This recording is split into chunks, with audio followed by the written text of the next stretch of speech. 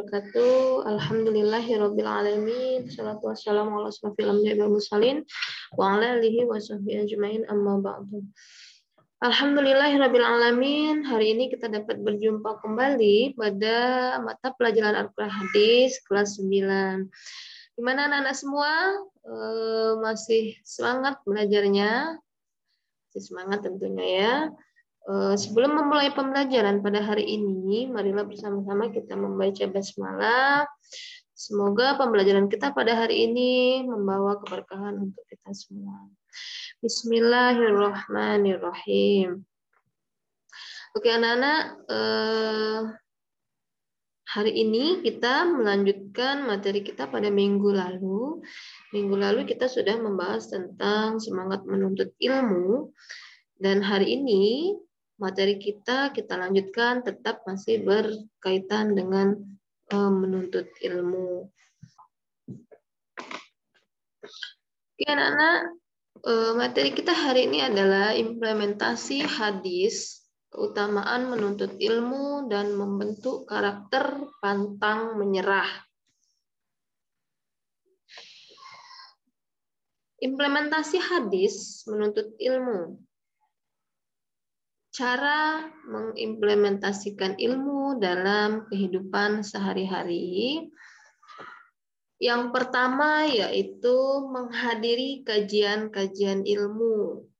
Yang kedua, rela mengeluarkan biaya demi menuntut ilmu. Yang ketiga, rela melakukan perjalanan jauh demi menuntut ilmu. Selanjutnya, bergaul dengan orang yang berilmu, terutama ilmu agama. Selanjutnya, tidak menyia-nyiakan waktu untuk hal yang tidak perlu. Selanjutnya, tidak malu bertanya kepada orang yang lebih tahu, ya, meskipun orang tersebut lebih muda, tetapi orang tersebut lebih paham, jadi jangan kita malu untuk bertanya. Selanjutnya adalah menyetujui dan mendukung usaha meningkatkan ilmu pengetahuan. Yang terakhir, rajin membaca buku-buku tentang ilmu pengetahuan. Nah, itu tadi cara-cara bagaimana untuk mengimplementasikan ilmu dalam kehidupan sehari-hari. Lanjut, membentuk sikap pantang menyerah, ya. Terkadang yang menurut kita baik belum tentu baik pula menurut Allah Subhanahu wa taala. Begitupun sebaliknya, yang menurut kita tidak baik bisa jadi menurut Allah Subhanahu wa taala itu adalah yang terbaik buat kita. Allah Subhanahu wa taala telah menurunkan macam-macam nikmat kepada seseorang sesuai porsi dan kebutuhan manusia, ya. Ingat, sesuai porsi dan kebutuhan manusia dan sesuai skenario yang telah ditulis di Lauhul Mahfuz. Dari sinilah pentingnya kita mengetahui 3 kunci pantang menyerah, yaitu yang pertama, meyakini bahwa di balik kesulitan pasti akan selalu ada kemudahan. Ya, meyakini bahwa di balik kesulitan pasti akan selalu ada kemudahan. Yang kedua, tidak menunda-nunda untuk beramal baik atau tidak menunda-nunda untuk berbuat baik, beramal soleh, ya. Yang ketiga yaitu selalu husnuzon kepada Allah Subhanahu wa taala. Nah, ini sekarang ciri-ciri orang yang pantang menyerah, ya. Ciri-ciri orang yang pantang menyerah. Yang pertama, orang yang pantang menyerah itu memiliki niat yang ikhlas, ya.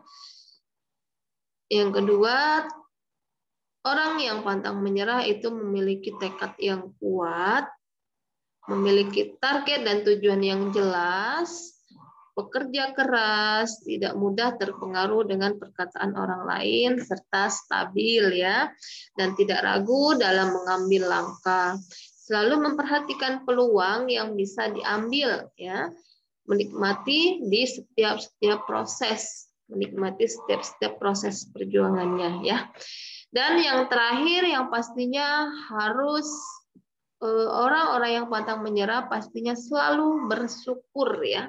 Selalu bersyukur kepada Allah Subhanahu wa taala akan kapasitasnya, akan kemampuannya, ya. Selalu bersyukur dengan apa yang diberikan oleh Allah Subhanahu wa taala.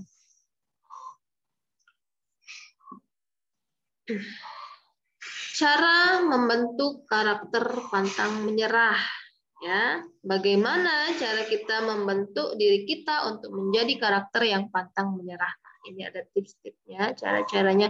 Yang pertama, kita harus selalu bersikap optimis, ya. Kita selalu harus bersikap optimis. Pisahkan perasaan dari masalah pribadi, ya. Pisahkan perasaan dari masalah pribadi. Yang ketiga, kembangkan kemampuan untuk menyelesaikan masalah. Yang keempat, lakukan sebuah tindakan nyata. Selanjutnya, ingat hal-hal yang berarti dalam hidup. Ingat hal-hal yang berarti dalam hidup. Selanjutnya, percaya dengan kemampuan diri sendiri, ya. Jadi kita harus percaya pada kemampuan yang kita miliki. Hadapi tantangan dengan berani. Ketika kita menghadapi tantangan, harus kita hadapi dengan berani, ya, dengan berani. Jangan takut gagal, ya. Jadi harus menghadapi tantangan dengan berani, jangan takut gagal sebelum kita mencoba. Dan selanjutnya adalah menerima perubahan, ya, menerima perubahan jika perubahan itu lebih baik. Jangan jaga, yang pasti adalah jaga kesehatan diri. Jadi kita harus selalu menjaga kesehatan pribadi kita, harus menjaga kesehatan, ya. Memiliki koneksi sosial yang baik. Memiliki koneksi sosial yang baik berarti kita harus memiliki komunikasi yang baik, ya, komunikasi yang baik dengan orang lain. Selanjutnya adalah mencari hikmah dari setiap langkah yang telah kita lalui. Ya, setiap proses yang telah kita lalui pasti mengalami hambatan atau rintangan. Nah, dari situ kita harus dapat mengambil hikmahnya dari setiap proses-proses yang telah kita lalui. Kita yakin bahwa setiap proses yang kita lalui pasti ada hikmah yang dapat kita ambil, ya. Baiklah anak-anak, pertemuan kita hari ini cukup sekian. Terima kasih kalian semua sudah menyaksikan. Semoga bermanfaat. Jadi untuk tugas kalian hari ini, silahkan kalian buka di LKS tentang, di situ ada uji kompetensi dan tadrib, soal pilihan ganda uji kompetensi dan tadrib, ya, tentang di bab pantang menyerah, ya. Baiklah anak-anak, jawabannya nanti bisa langsung kalian kirim ke nomor WA pribadi Ibu. Hanya cukup sampai di sini yang dapat Ibu sampaikan. Akhirul kalam, wabillahi taufiq wal hidayah. Wassalamualaikum warahmatullahi wabarakatuh.